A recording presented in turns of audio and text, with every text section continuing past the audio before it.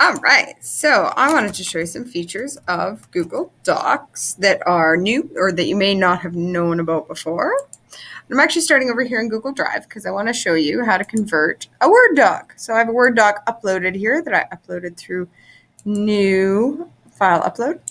And if I just right click on this Word doc, I know it's Word doc because it has a W. I can go Open with Google Doc. Automatically converts for me, which is really nice. It converts better than it used to as well. It keeps a lot more formatting. And this is a good doc to show you because it has bold, it has underline, it has italicized, it has indents, it has bulleted and numbered lists, and they all came through. So I really like that. So this is a unit plan that I used to have teaching grade 5. Here's one that the bullet points came underlined, or sometimes you get a bullet point that one's bold and the other one's not bold. So if you actually just click on the bullet points, give it a second to load all the appropriate bits, and use this button here that says clear formatting. It just takes those underlined bullet points and makes them not underlined. This is really great when you're cutting and pasting off the web. Sometimes you get different fonts and background colors. If you just highlight what you've pasted, you can just hit clear formatting and it makes it all the same formatting as the rest of the doc. So that's really nice to clear a bunch of different formatting at once.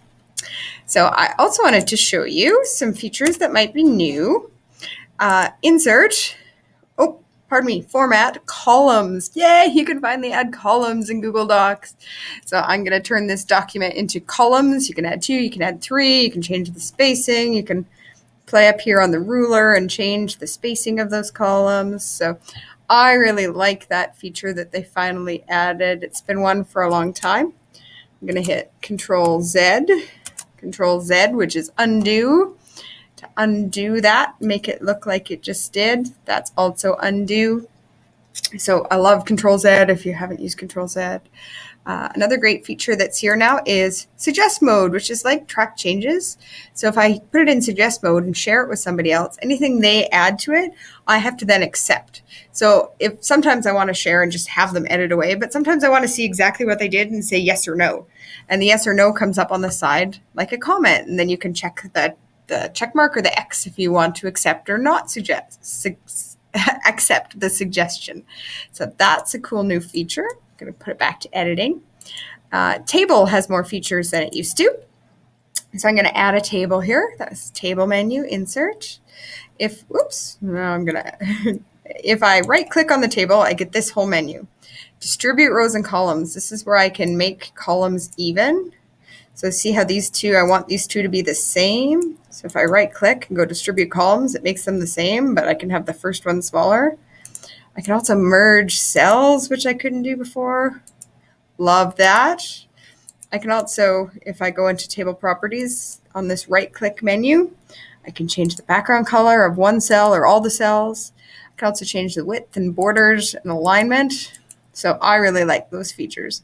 So now that cell's blue, which is really cool to do some formatting and make things stand out in your doc. So I really like that feature. One that people miss is clip art.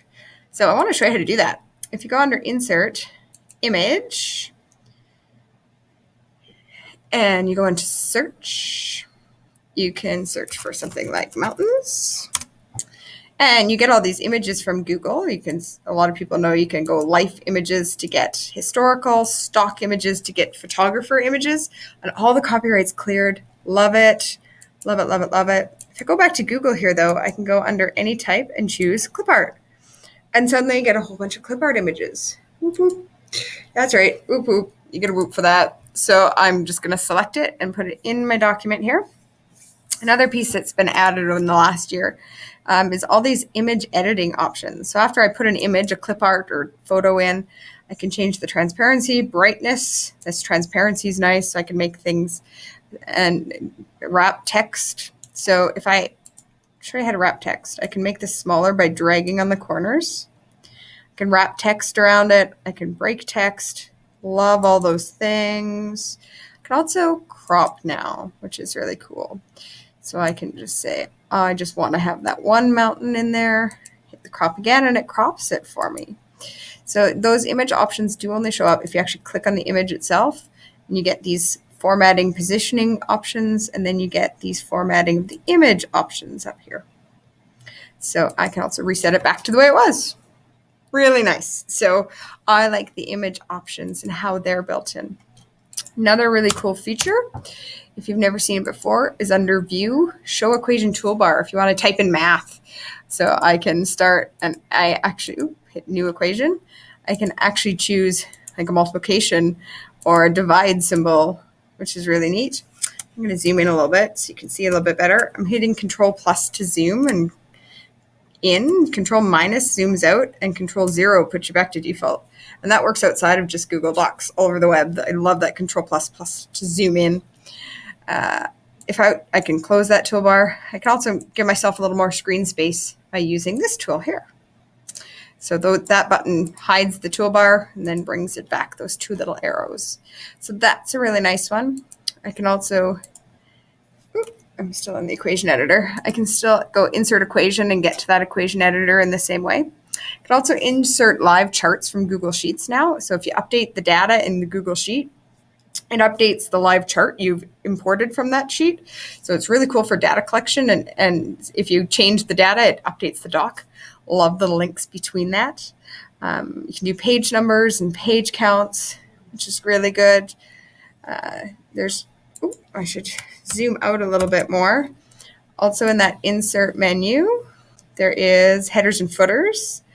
Bookmark is making a link within your own doc, so then you can jump around to places in the doc, and you can even build a table of contents now.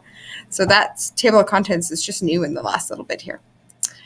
Another thing that has changed is it used to say research here. Now it says explore, and this is really great when you're doing research projects with kids. So this is a wetlands document, and you can see it's coming up with topics about wetlands, images, and you can hit the plus and add that image right in there. And related research, and same thing, you can hit the plus, put it right in there. Whoops, I didn't quite hit the plus, so I clicked on it. And when I do that, it even footnotes it. So I think that's pretty awesome. The research tab used to have a few more things in terms of quotes. The Explore tab may get some of those things, but they have rebranded that a little bit and changed it. So just as a heads up that is different than it used to be. So Google Docs, there's tons of features I could keep talking about, but those are kind of some of the new and greatest things to get you a little more familiar with the tool that we use every day. Thank you.